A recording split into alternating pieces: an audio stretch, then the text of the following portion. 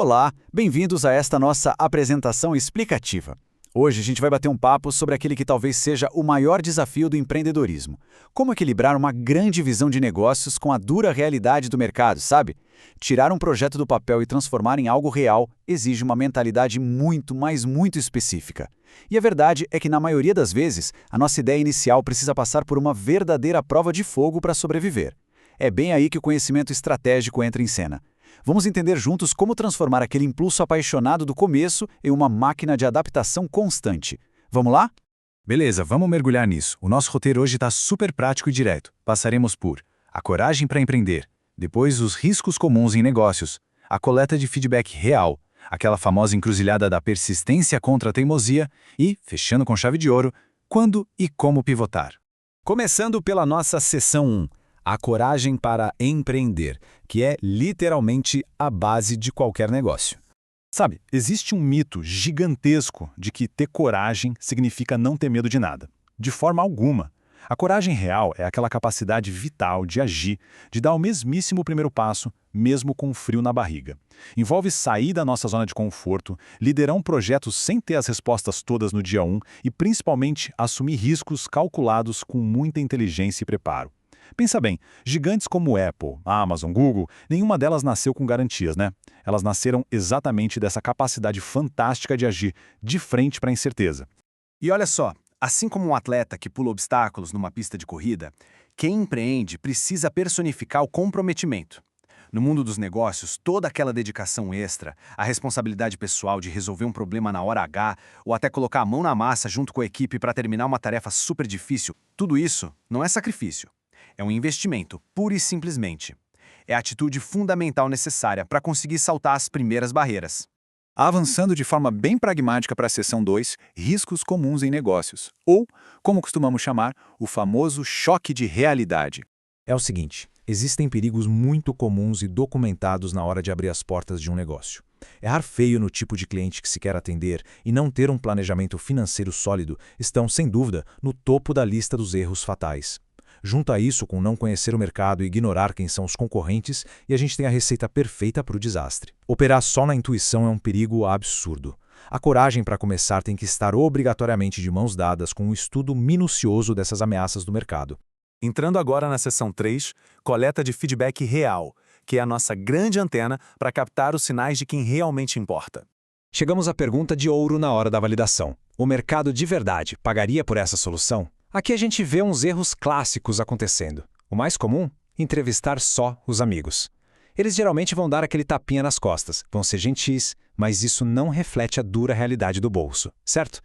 Outra armadilha enorme é ficar explicando a ideia 1000 vezes para forçar a pessoa a entender, ou pior, ficar defendendo o produto em vez de escutar as críticas em silêncio.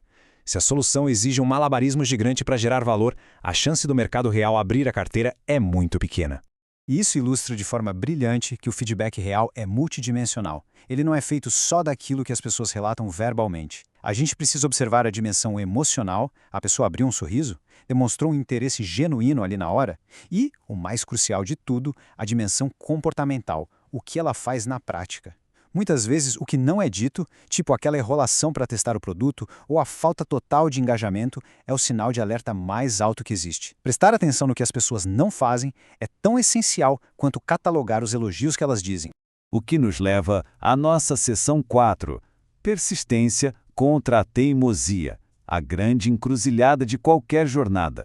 Tem uma diferença aqui que muda absolutamente todo o jogo. De um lado, a gente tem a persistência, que é o ato de continuar frente à dificuldade, mas melhorando o tempo todo, ajustando a rota sem perder o foco e aprendendo com cada escorregão. Do outro lado, um perigo extremo, a teimosia. Teimosia é insistir cegamente na mesmíssima estratégia que já deu errado, fechando os olhos e os ouvidos para os sinais e dados do mercado, naquela esperança mágica de que uma hora vai dar certo. Para o sucesso acontecer de verdade, a gente precisa descartar essa teimosia o mais rápido possível e abraçar a persistência científica. E assim chegamos à seção 5, quando e como pivotar, o nosso plano de ação. Afinal, como a gente sabe a hora certinha de fazer essa mudança? Bom, os dados que coletamos naqueles primeiros testes nos dão gatilhos claríssimos. Por exemplo, todo mundo achou a ideia genial, elogiou bastante, mas ninguém tirou o dinheiro do bolso. É hora de pivotar. O pessoal começou a usar o seu serviço de um jeito completamente diferente daquele imaginado originalmente? Pivô. O problema que o produto resolve não tem valor de verdade para quem consome, ou a conta financeira simplesmente não fecha. A mudança precisa ser imediata, sem perder tempo.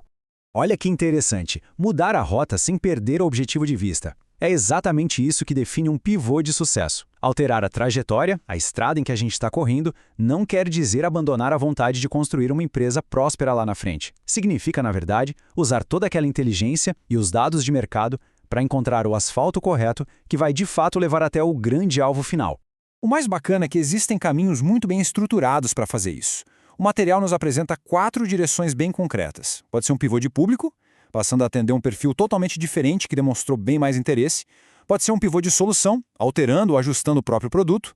Um pivô de canal, tipo fechar a loja física e focar 100% nas vendas digitais. Ou, por fim, um pivô no modelo de negócio, mudando talvez de uma venda única para um modelo de assinatura contínua. As opções vão ser moldadas exclusivamente por aquelas informações reais que foram obtidas em campo.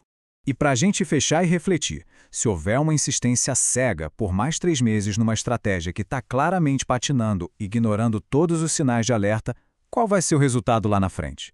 A verdade é que a adaptabilidade não é um luxo, ela é sobrevivência pura. Quando a gente junta a coragem inicial com essa capacidade incrível de mudar a direção das velas conforme o vento bate, encontramos o verdadeiro segredo para prosperar em qualquer cenário. Fica então o convite. Analise cada métrica bem de perto e tenha a audácia de sempre corrigir a rota. Muito obrigado pela companhia e até a próxima.